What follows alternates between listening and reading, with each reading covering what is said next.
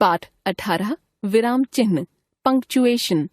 विराम शब्द का अर्थ होता है रुकना। बातचीत करते समय हम वाक्यों को लगातार नहीं बोलते, बीच बीच में कहीं न कहीं थोड़ा रुकते हैं या विराम लेते हैं। अब यह प्रश्न उठता है कि बोलने वाला कहाँ कितना रुकता है। रुकते समय वह आश्चर्य प्रकट कर रहा है या प्रश्न पूछ रहा है आदि। इन सभी भाव भंगिमाओं को लिखित भाषा में व्यक्त करने के लिए कुछ चिन्ह बना लिए गए हैं। इन्हीं लिखित चिन्हों को विराम चिन्ह कहा जाता है। हिंदी के प्रमुख विराम चिन्ह निम्नलिखित हैं। पूर्ण विराम, जब वाक्य पूरा हो जाता है वहाँ पूर्ण विराम चिन्ह का प्रयोग किया जाता है। जैसे मैच चल रहा था, अचानक लोग शोर मचाने लगे, तभी भीड़ ने पत्थर फेंकना शुरू कर दिया।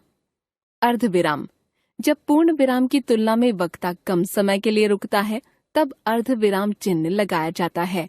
जैसे बच्चों ने अपने अपने बैग खोले, अपनी अपनी पुस्तकें निकाली और पढ़ने लगे। वे लोग खुशामद करते रहे मगर किसी ने उनकी नहीं सुनी। अल्प विराम, जब वाक्य के बीच में अर्ध विराम की तुलना में कुछ कम समय के लिए रुका जाता है तब अल्प विराम का प्रयोग होता है।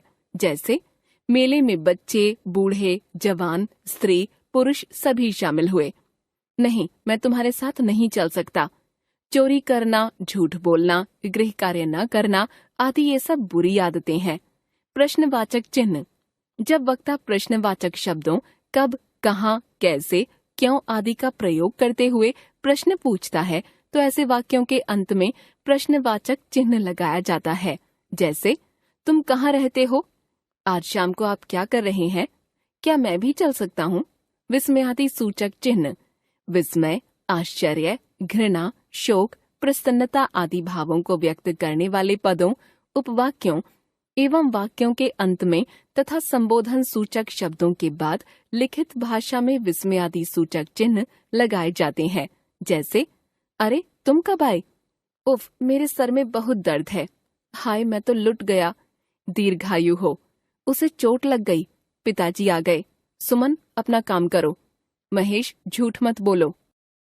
योजक या विभाजक चिन्ह, दो शब्दों को जोड़ने या अलग करने का कार्य योजक चिन्ह से पूरा किया जाता है।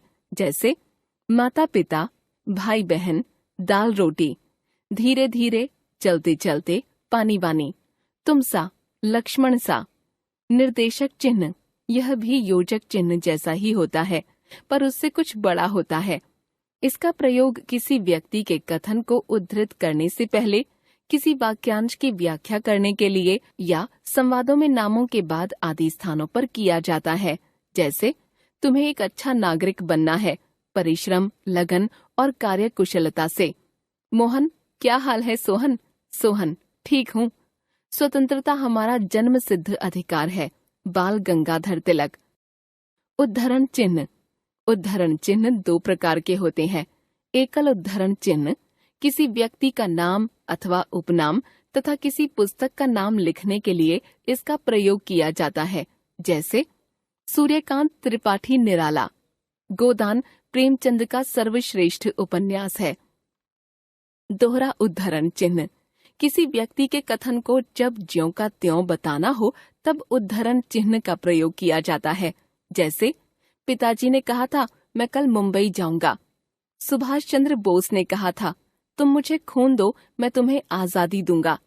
विवरण चिन्ह, वाक्यांशों के बारे में जब कोई सूचना, निर्देश आदि देना होता है तब विवरण चिन्ह का प्रयोग किया जाता है। जैसे भाषा के दो प्रमुख रूप हैं, मौखिक भाषा, लिखित भाषा।